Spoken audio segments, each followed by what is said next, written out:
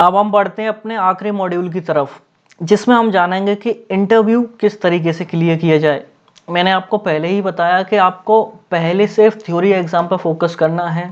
अच्छे से थ्योरी पढ़िए, किस तरीके से होता है, कैसे होता है। प्योरली थ्योरी बेस्ड एग्जाम पर फोकस करिए।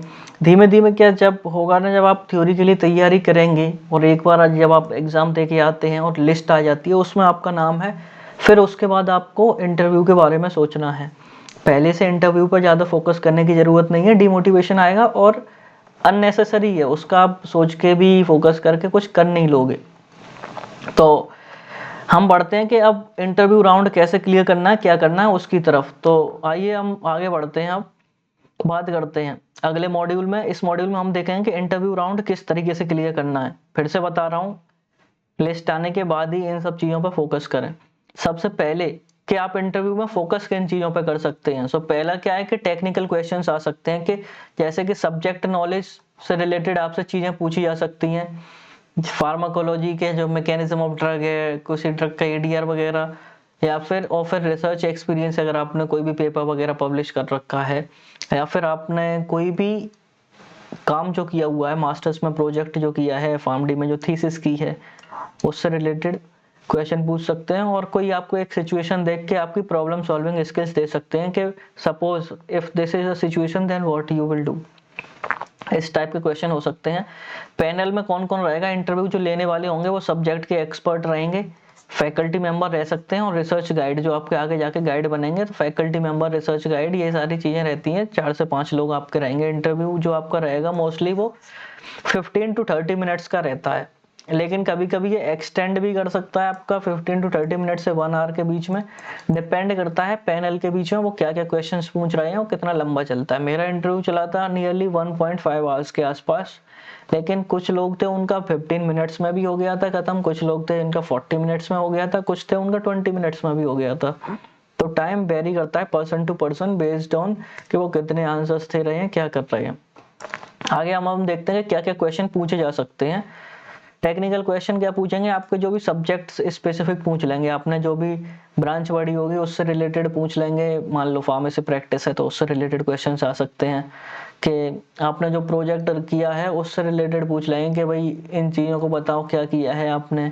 और जो भी प्रोजेक्ट आपने किया है उससे रिलेटेड रिसेंट एडवांसमेंट क्या हुए हैं उस फील्ड में, वो पढ़ के जाना कि रिसेंटली क्या क्या चेंजेस आए हैं। फिर उसके बाद आप लेटेस्ट ट्रेंड देखना कि फार्मास्यूटिकल साइंस जो चल रही है आपकी इंडस्ट्री में, लेटेस्ट चीज़ें क्या क्या हुई है नई, एक बार वो भी सारी चीज़ें देख लेना। और केस स्टडी और रिसर्च सिनेरियो, इन सब चीज़ों के बारे में आप देख लेना। और अगली चीज़ें क्या है कि जो रिसर्च रिलेटेड क्वेश्चन पूछेंगे, यानी कि जो मैंने आपको बताई दिया, पिछला जो प्रोजेक्ट आपने किया है वो किस टॉपिक पे था, उसकी मेथडोलॉजी पूछ सकते हैं कि आपने क्या मेथडोलॉजी फाइंड की, किस टाइप की स्टडी है, ये कोहोर्ट स्टडी है आपकी, केस कंट्रोल है, प्रोस्पेक्टिव है, ऑब्जर्वेशनल है, रेट्रोस्पेक्टिव है, क्या चीज़ है, और क्या आपके रिजल्ट निकले उस स्टडी से, उसका प्रैक्टिकल एप्लीकेशन क्या है, कैसे कंट्रीब्यूट करेगी ये उस फील्ड में, ये सारी चीज़ें। और आपने क्या क्या इंस्ट्रूमेंट यूज़ किए हैं, क्या टेक्निक्स यूज़ किए हैं, ये सारे क्वेश्चन पूछ लेंगे। मान लो आपने कोई स्केल यूज़ किया है तो वो स्केल यूज़ किया है, कोई और क्यों नहीं किया है, इससे क्या फ़ायदा हुआ, ये सारी चीज़ें आपको पढ़ के रखनी है। कुछ कुछ चीज़ें पूछी जाएंगी, जैसे कॉमन क्वेश्चन है कि आप यहाँ पे पीएचडी क्यों करना चाहते हैं। तो आपको अपना रिसर्च में इंटरेस्ट दिखाना है कि मेरा रिसर्च में इंटरेस्ट है बहुत ज़्यादा, ऐसे नहीं आप कुछ भी कह दिया आपने। मेनली आप इंटरव्यूअर को ये दिखाने की कोशिश करना कि आप बहुत ज़्यादा रिसर्च ओरिएंटेड हो और आप बहुत ज़्यादा पैशनेट हो इस फील्ड को लेके।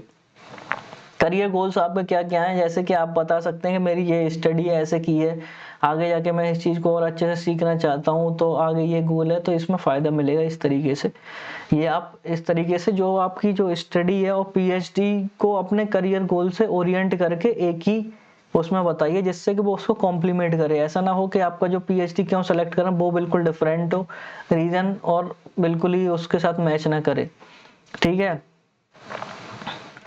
और जब वो आपसे पूछेंगे कि भाई हम आपको क्यों सेलेक्ट करें, तो आप बता सकते हैं जो भी आपने रिसर्च रिलेटेड एक्सपीरियंस है, जो भी पेपर पब्लिश किए हैं उससे रिलेटेड पूछ भी सकते हैं, नहीं भी पूछ सकते हैं। ये पीएचडी वाला पूछ सकते हैं, पीएचडी क्यों करनी है, ये तो कंफर्म पूछते ही हैं। और जो भी क्या चैलेंज हुए, इस स्टडी को ऐसे नहीं करते तो क्या हो सकता था, आपके हिसाब से क्या चेंज हो सकता है, ये कुछ क्वेश्चंस होते हैं जो वो इस टाइप के पूछ सकते हैं। इनके लिए आपको रेडी रहना है और किस तरीके से आपको जो प्रोजेक्ट है उसके बारे में बताना। आप अपना प्रोजेक्ट को पहले थोड़ा सा इंट्रोड्यूस कर सकते हैं, फिर क्या क्या मेथडोलॉजी यूज़ की आपने उसको हाईलाइट करिए, क्या क्या फाइंडिंग्स निकली उसको रखिए। आप इन सब चीज़ों को याद करके जाना है, ऐसा नहीं कि फाइल खोल के वहाँ बताना है। ये सब चीज़ें याद होनी चाहिए, अगर वो बोलते हैं तब आपको ये चीज़ें बोलनी है, ठीक है। और इससे क्या, ये सारी चीज़ें मैंने आपको बताई दी, ठीक है। और अगली चीज़ है कि जो भी नाइपर की फैकल्टी है, आपको मान लीजिए नाइपर गुवाहाटी कंडक्ट करा रहा है, तो नाइपर गुवाहाटी के अंदर कुछ प्रोजेक्ट चल रहे होंगे। वेबसाइट पे जाके उन प्रोजेक्ट के बारे में देखिए, कौन कौन से प्रोजेक्ट चल रहे हैं, उन टॉपिक्स के बारे में पहले से पढ़ के जाइए।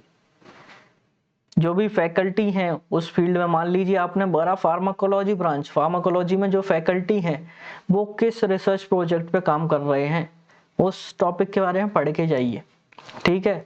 कोशिश करिए कि भाई आप उन चीज़ों के बारे में इंटरेस्ट दिखा पाएँ कि सर अच्छा आप सर इस पे काम कर रहे हैं, इस वाले ड्रग का ऐसे ऐसे, ये मेरा भी इसी फील्ड में इंटरेस्ट है, ऐसे करके आप उससे अलाइन करके अपने इंटरेस्ट को दिखा सकते हैं, तो आपके सिलेक्शन के चांसेस बढ़ जाएंगे। अगली चीज़ है कि आप प्रैक्टिस मॉक इंटरव्यू, ये तो सब फालतू चीज़ है, कुछ नहीं गिरना है ऐसे। आप थोड़ा बहुत प्रैक्टिस दोस्तों के साथ कर सकते हैं, खुद ही आपस में एक दूसरे का इंटरव्यू लेके। जो भी चीज़ आप बोल रहे हैं वो क्लियर होनी चाहिए, कॉन्साइज होनी चाहिए, whether you are speaking in Hindi और इंग्लिश, दोनों लैंग्वेज इसमें आपको प्रैक्टिस करके रखनी है इंटरव्यू की। अगर इंग्लिश में होता है तो भी, अगर हिंदी में होता है तो भी, क्योंकि हमें नहीं पता कौन इंटरव्यूअर होगा। कभी कभी इंग्लिश में भी हो जाता है पूरा इंटरव्यू, कभी कभी हिंदी में भी हो जाता है। जो भी लैंग्वेज में हो रहा है क्लियरली और कंसाइसली बोलिए, अननेसेसरी डिटेल्स मत दीजिए, जितना पूछा जाए सिर्फ उतना आंसर दीजिए। और अगर कोई आंसर नहीं आता तो शांत रहिए, बोल दीजिए sir I don't know, I will find out. इस तरीके से आपको बोलना है, घबराना नहीं है। अगर कोई क्वेश्चन नहीं आता तो सीधे मना कर दो। जब आप जाएंगे तो अच्छा पोस्चर और आई कांटेक्ट मेंटेन करिए इंटरव्यू के साथ में। ऐसा नहीं कि आप एकदम से नर्वस दिख रहे हैं, इधर उधर देख रहे हैं, नीचे देख रहे हैं, घबरा गए एकदम से, ऐसे नहीं। शांति से काम बैठिए एकदम जैसे कुछ नहीं हुआ, शांति से। हाँ सर, जी सर, हाँ मैं ऐसे सोच रहा था, ऐसे मतलब ये एक एग्जांपल बता रहा हूँ। इस तरीके से आप सीधे जाके बैठिए, आई कांटेक्ट रखिए, अच्छे से काम रहिए, कंपोज रहिए।